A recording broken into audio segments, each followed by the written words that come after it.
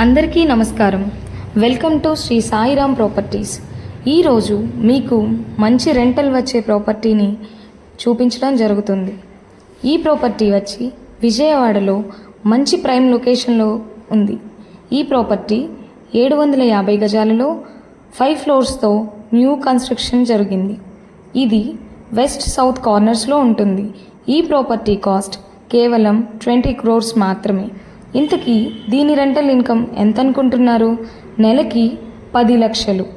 అంటే మీకు ఈ ప్రాపర్టీపై రెంటల్ ఇన్కమ్ 6% వరకు వర్కౌట్ అవుతుంది.